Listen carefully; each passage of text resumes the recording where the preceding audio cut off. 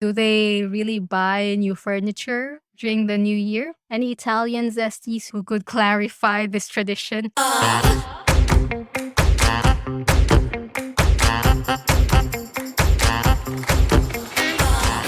Hey there, zesties! Happy New Year! I hope you had a wonderful New Year celebration. While you're at it, please make sure to subscribe and rate this podcast on your favorite podcasting platform.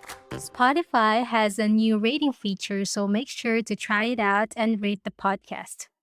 Please follow us on Instagram, Facebook, and YouTube as well.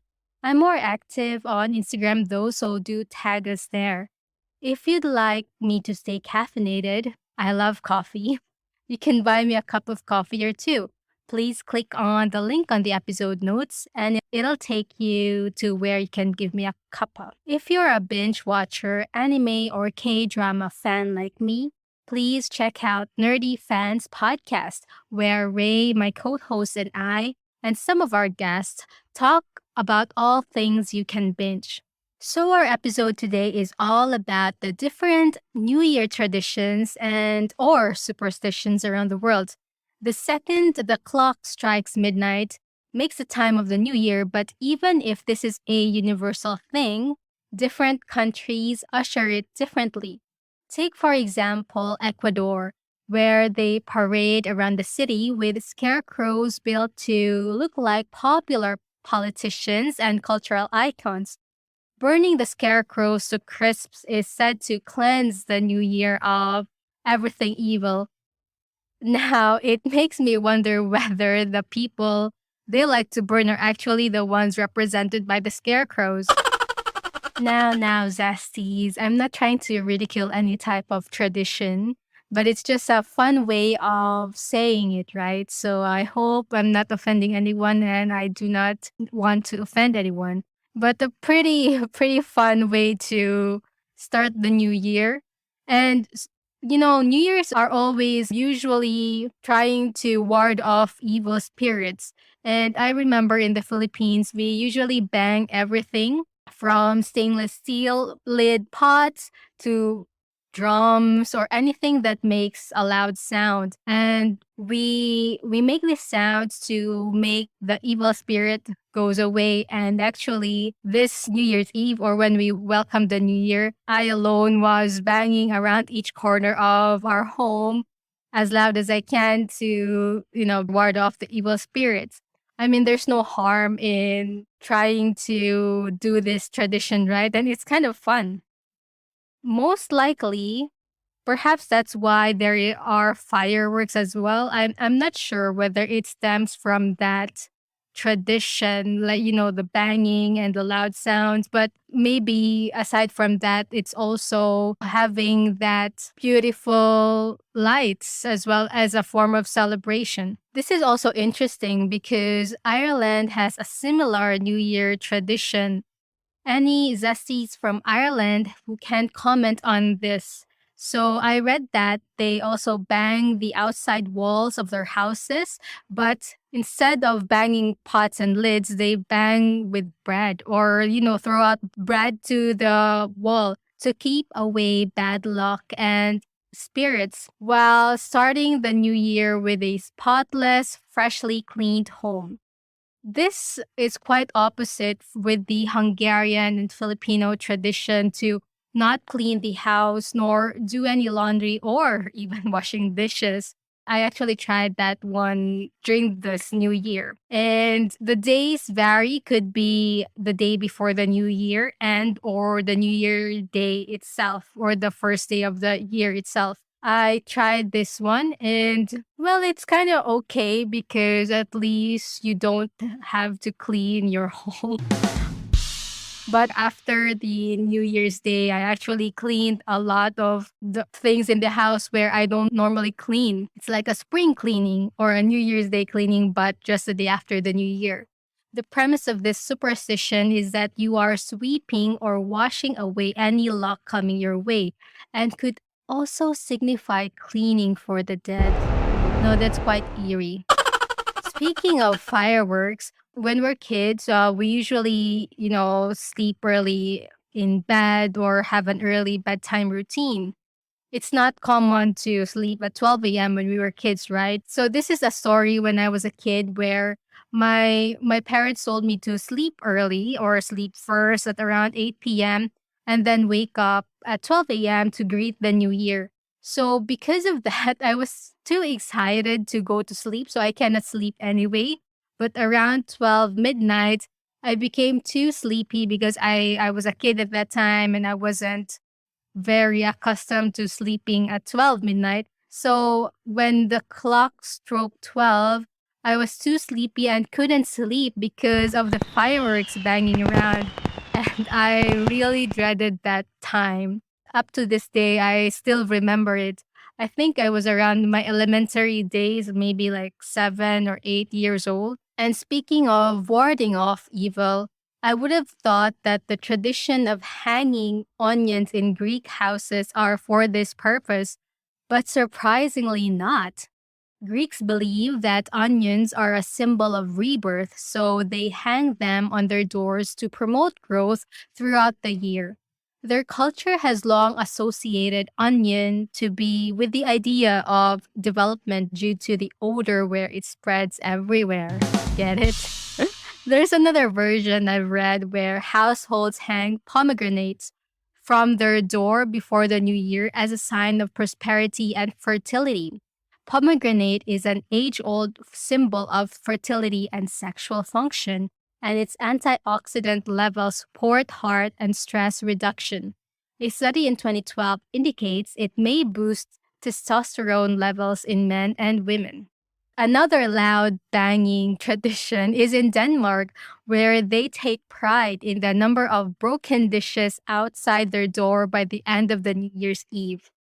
It's their tradition to throw dishes and china at their friends' or neighbors' front doors as a means of leaving aggression and ill will behind before the new year begins. The more dishes you break, the better. This is funny to me because you can look at it the other way around and take this opportunity to throw dishes at your neighbor. What a way to welcome the new year, eh? In Hungary, they eat pork or any pork equivalent like sausages on the 31st of December. This is because the pig digs luck out from the ground. You shouldn't eat chicken and fish on New Year's Eve because the chicken will bury the luck and the fish will slide out of your hand, or your luck will slide out of your hand. On New Year, they eat lentil because it signifies riches or coins, and you will have a lot of them during the year. And we actually tried this tradition with my husband in our household this 2022, and we ate pork sausages, which we don't normally eat. So we ate that on New Year, and then lentils and chickpeas on New Year's Day. Pretty good. And speaking of riches, in the Philippines, we have somewhat a similar tradition where we wear polka dots and have a lot of round fruits on our table to invite prosperity during the year. Perhaps this sprung from the Spanish traditions because in Spain, they eat 12 grapes at midnight, one for every month, to bring luck for the year ahead. You can put them on a skewer and serve as a fun New Year's Eve cocktail garnish as well. So Filipinos may have put a spin on it because grapes is very expensive in the Philippines and it's easier to have 12 round fruits than 12 grapes. Also, back in the day, we also prepare a glass of rice, water, and cotton and put it on the altar. It's signifying to have abundance of food, water, and necessities and having a light-hearted year ahead. Did you guys try that? Because I actually forgotten about this tradition and I just remembered now when I was doing this episode, but it's very interesting. But nonetheless, it's always good to try these traditions, but it's what you do during the year that matters. In Italy and Spain, people wear red underwear for good luck. The red color is indeed a universal sign of good luck and prosperity because the Chinese also have a similar inclination to this color. Italian take it a step further though by throwing old items out of the window to symbolize the coming of new things in the new year. I wonder who picks those old things out of the window. And do they really buy new furniture during the new year? Any Italian zesties who could clarify this tradition? Anyway, there's a variation to this too, where just before midnight, you open the doors so that you can let the old year out and welcome the new one. I think we have a similar tradition in the Philippines, but it's kind of vague to me. Anyway, now we go to Korea. And I've read this from Nuna's Nunchi's IG account. In Korea, they eat a rice cake soup or taekguk. I don't know if I'm sure I have pronounced that wrongly, but it's made from sliced rice cake and rich broth to bring good luck and gain a year of age. The families go to their elders to do their sabe, a ritual of filial piety done on the New Year's Day. They wish their elders a happy new year by doing a deep traditional bow and saying, "Please receive a lot of good fortune in the new year." The elders often respond by giving money called sabe don and words of wisdom. I think we have a similar tradition in the Philippines where we go to our elders and also wish them Happy New Year. And our own version of the bow is doing the Amen or the bless. Yes, for sure. For those Filipino zesties, I'm sure you know.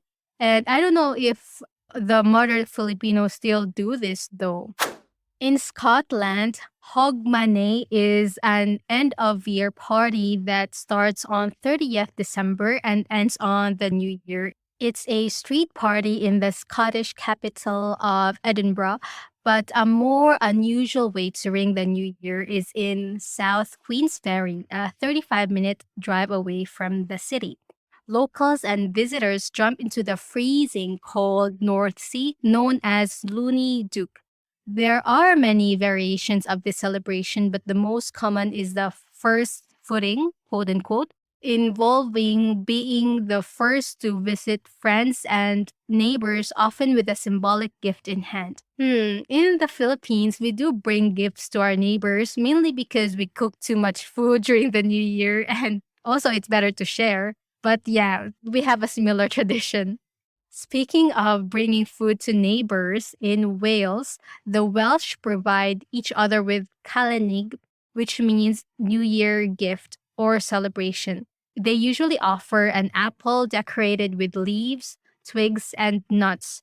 The children would spend the morning visiting neighbors and singing. Whilst apples are decorated and shared to their neighbors, in Czech Republic, they simply need an apple. Slice it into half and see what lies in store for the new year based on the pattern of the seeds inside.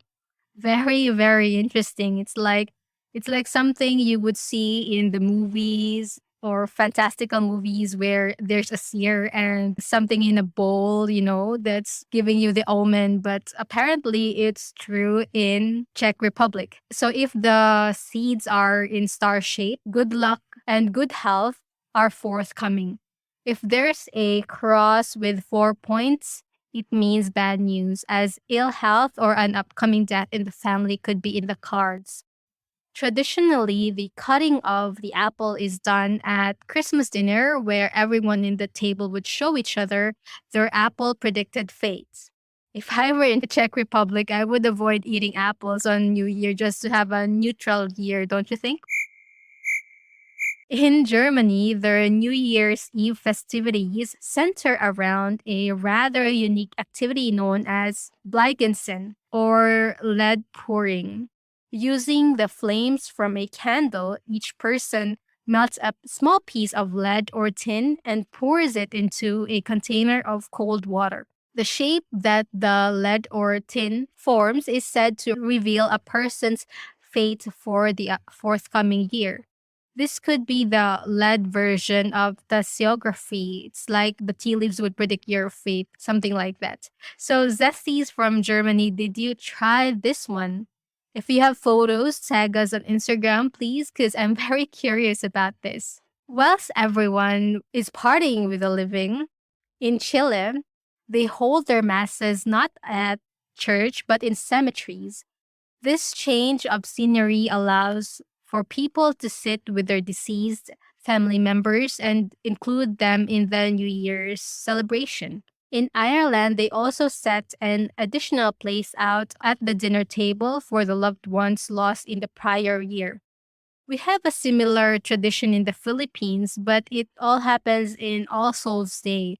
I'm not sure if other household does this similar thing of celebrating with the dead. How about you, Filipino zesties? Do you practice this one? If you want to enter a year full of financial prosperity, then several cultures, including the Philippines, suggest to fill your wallet with cash.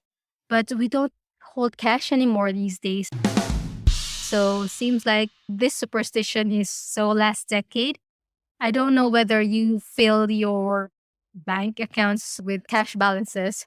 But anyway, we also have this tradition that whatever you do on the first day of the new year will form what you do during the whole year. So that's why I'm very perplexed, or I'm very torn between cleaning your house during the new year, or because of that tradition of sweeping away your luck, or you want to clean your house in the new year so that you will clean your house regularly for the rest of the year. I'm very torn in that part, but I went to the safe side and didn't clean the house during the new year and New Year's Eve. Although I'm not really 100% believer of most of these traditions, or I'd say superstitions, I'm still too scared not to do them, especially the ones that are quite negative. So I did them anyway. Because, nothing will be taken away from you if you do it rather than not doing it.